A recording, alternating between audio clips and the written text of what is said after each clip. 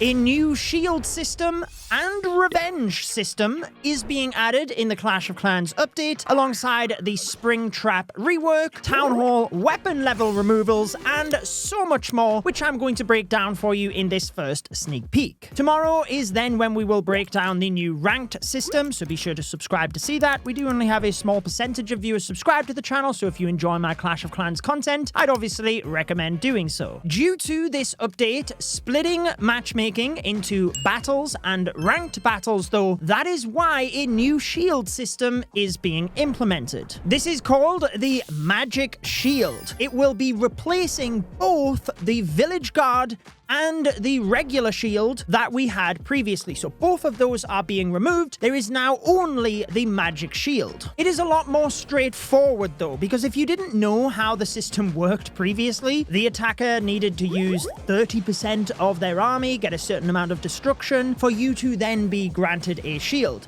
Now, if you lose 30% or more of your loot, you will be provided with an 8-hour magic shield. The good thing about this is that you can attack through that shield freely. You don't have multiple hours subtracted from your shield every time you want to attack, because now they want us to be able to clash anytime. You might still see in your defense log, though, that you have been attacked whilst you had a magic shield. That is a shadow version of your base, and therefore you don't lose any loot. It's just loot generated from the system that the attacker would gain. What this means is when you want to attack, there should be a good selection of bases and loot for us to be able to top up those storages in no time. The important thing to remember here is that magic shields only apply to the battle mode, not the ranked battle mode, because you don't need a shield there. That is a totally separate system, which, like I said, we will be getting to tomorrow. The only shield you can get in ranked mode is if you are in the highest tier Legend League. The Legend Shield is exactly the same as how it is now. You can only obtain it through the shop, and let's say you buy the one-day shield, it means that for the following day, you cannot attack, but you, more importantly, cannot take defenses, so you can maintain your trophies should you wish to take a day off. Sticking to the Magic Shield though, there are 3 ways you can obtain it. The first one I explained. If you have 30% of your loot taken, you get an 8-hour shield. You can equally purchase magic shields from the shop, and if you are a returning player, that is 35 days of inactivity, you will automatically be granted a 48-hour magic shield. When the update happens, your current shield will be transformed across to a magic shield, so however many days you have of a shield will actually be moved across to a magic shield as well. After that, it'll basically just be 8-hour magic shields at a time, but again, that is to protect your loot in the regular battle mode, and there are no trophies in the regular battle mode, so you don't have to worry about the shield being used for that purpose. With that being said then, it nicely moves us along to the revenge feature, because this has been fixed. For the longest time, the revenge button has been memed upon that it is like the most useless button in Clash of Clans, because every time you would try and revenge, your opponent would have a shield or a guard. That is no longer the case. Since you can attack through the new magic shield, yes, it's a clone of the base, but that means the revenge will be open. Should you lose 30 or more % of your loot in a defense, you can then revenge that defense at any point within a 12-hour window. I guess they did this to have some sort of urgency to avenge your defense, but to be honest, I would much rather this be like a 24-hour period. However, it is what it is. It's 12 hours, and you can always steal back at least the amount of loot that you lost. Let's say, for example, your opponent looted 1 million gold, 1 million elixir, and 10,000 dark elixir from you. Yes, you would have lost that loot. You would have gained an 8-hour magic shield. However, when you go to then revenge against that player, let's say they only had half of that loot. So 500,000 gold, 500,000 elixir, and 5,000 dark elixir. The system would top up the loot so that you could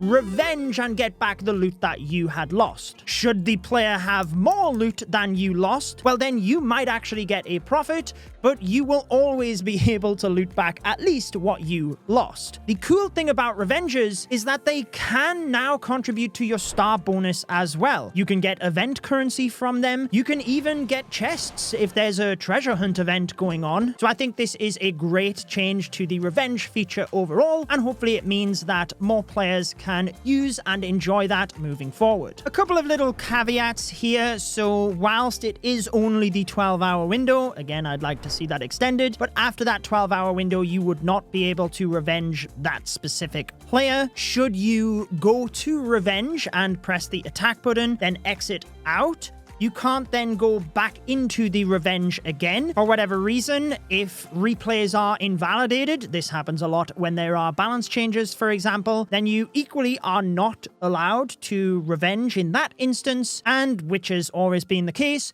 you cannot revenge a revenge, so you can't just go back and forth between two players. Let's swiftly move along though. We have been waiting for a while to see the Springtrap rework since we first heard about it. I explained that and the Town Hall weapon level removal on my second channel. Back then it was just a news blog. Now we actually have some more concrete details. The weapon level removal, there's not a lot extra to say though. For Town Halls 12, 13, 14, and 15, there will no longer be multiple levels that you have to upgrade your Town Hall before you can then upgrade it. And this is just so that they can cut times within the mid-level of the game to help speed up progression. Speaking of which, there are numerous cost and time reductions coming with this update. Buildings, troops within the lab, heroes mainly here, having cost reductions, but most importantly, time reductions. On average, across all of the hero levels listed, it's about a 20% reduction. Too many to list them all here. I've had them scrolling through in case you did want to slow it down and have a bit of a closer look, but these are very welcomed changes, and there are a couple of other economy changes as well. Firstly, you can describe this as a nerf to the loot cart. Clash of Clans are describing this as redistributing income to more exciting, engaging features, which honestly I think is a good thing. The loot cart is very passive, but previously you would get 20% of the loot that was taken from you back in the loot cart. This would not increase as you took more defenses unless you took a defense that looted more than that original. However, the loot cart is being reduced from 20% of the loot paid to 10%. There is also now a loot bonus for attacking higher Town Hall levels. It's always been the case that there was a loot penalty for attacking lower Town Hall levels. You will now get a bonus should you attack a higher Town Hall level. Values are on your screen. This will just be shown to you immediately. You won't see that you're getting a bonus. It'll just calculate it in the background. However, in battle mode, it will try and match you with the same Town Hall level, and since you can attack villagers that do have a magic shield, I wouldn't expect to get to the extremes of other Town Hall levels. However, it just gives you that incentive to attack a base should it be of a higher level. I'm quickly going to go over some other improvements they've added alongside balance changes, then we'll go to the Springtrap rework. I'm not going to go through all of these, just point a couple of them out to you. Clashmas trees now have what year they are from, so you can really show off your 2012 Christmas tree. That's the only one that I am personally missing out on. There is now a toggle in the settings to hide decorations during your attacks, so you no longer have to be blindsided by people scattering them everywhere. There is more items added to chests, including decorations, but also hero skins and equipment. Always nice to see when they're adding more options, especially when it comes to equipment,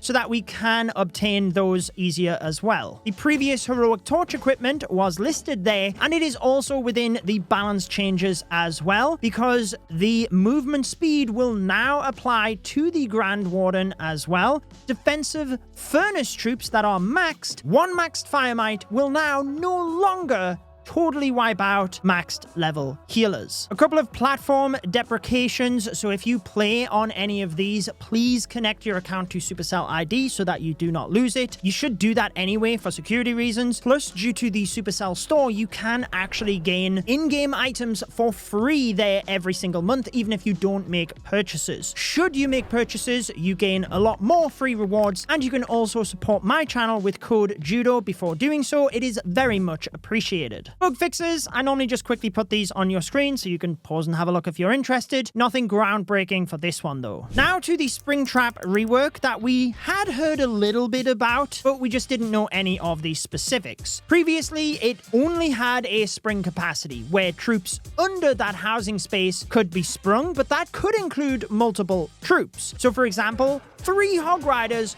could be sprung because they were under the housing space. That does still apply, however now it deals damage and also springs troops into the air should it not be able to spring them off the map completely. So in the example of 3 Hog Riders, it will only spring one of them completely off the map because that one troop is under the troop housing space spring capacity. It can no longer spring multiple of those troops. However, if a troop or a hero is above the housing space, then it will deal damage up to 1,300 at maximum level. The first 5 levels of the Springtrap upgrades do increase the capacity, but that caps out at 18 troop capacity. After that, you're just increasing the damage, but heroes, pets, and siege machines take half of the damage. If the damage to a troop would be enough to take it out, then it will actually, as displayed in the video, be ejected from the map. If not, it will deal the damage and push the troop in the air. It now means that any ground troop can have damage dealt to them, so a Root Rider can't just trigger the trap and have 0 impact, and it aims to stall troops for a little while as well. So in the example of a Royal Champion charge, it just means you will get slightly less value out of your invis spells because you might need to use more of them to get the same value that you did pre-update. Yes, it might be that you can actually take out the Royal Champion in combination with other things, but to be honest, because the Spring Trap is just a singular tile trap, it's going to be pretty tricky to place correctly. It's not like a giant bomb that has a much larger trigger radius, and you can place that with a lot more certainty that a troop will path over that location. So this Springtrap rework is certainly not going to completely nerf strategies into the ground that they're never usable again, but it aims to just be one of those extra things that nerfs some of the more powerful strategies and potentially opens up doors for other strategies. Let me know what you think of all of these changes though. Be sure to subscribe for tomorrow's sneak peek, and once that video is live, I will place it on your screen. Enjoy the rest of your day.